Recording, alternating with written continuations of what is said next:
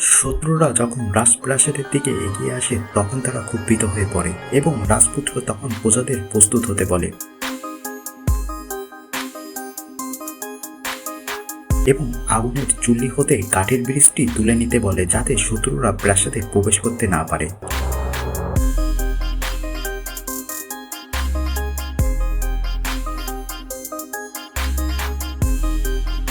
শেষ মুহূর্তে অ্যালেন তার ঘোড়া নিয়ে রাজপ্রাসাদে প্রবেশ করতে সক্ষম হয়।